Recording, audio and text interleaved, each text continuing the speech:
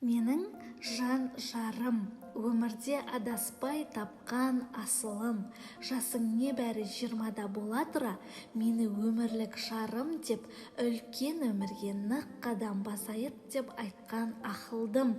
Сізді маған жар қылып нәсіп еткеніне Аллаға мыңда бір шүкір, және екі анама алғысым шексіз.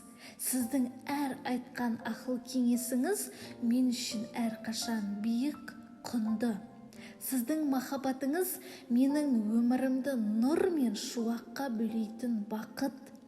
Сізді Алла разылығы үшін жақсы көремін. Бүгінгі 30 жас орда бұзар жас туылған күніңіз құтты болсын.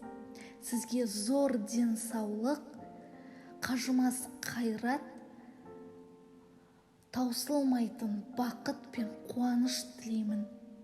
Өсіріп отқан ұл қызымыздың қуаныш қызығын бірге көрейік.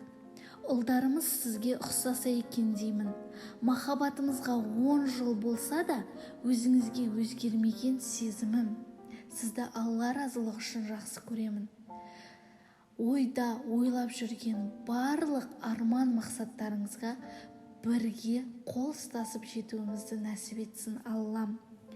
Басыңызға беселі бақ берсін Аллам.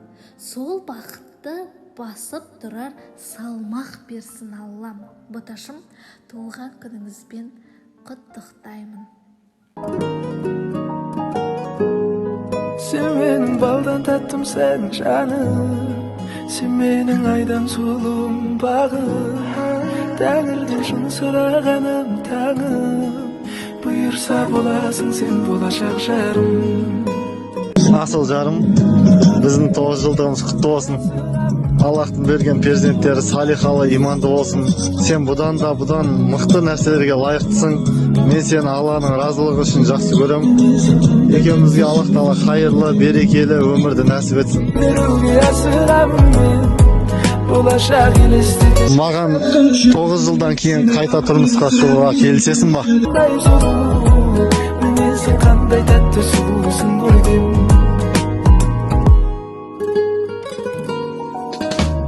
Таптым сені, таптым жүрегіммен сені қатты, сұрағымсың бұйырса деп түрмен. Қатты сүйір, қатты екі өмірлік махаббаттым, ертегідегі ханшайымым сен. Сүйіп өтем соңғы демім қалғанша, тыныштығым таңғажайып асылым.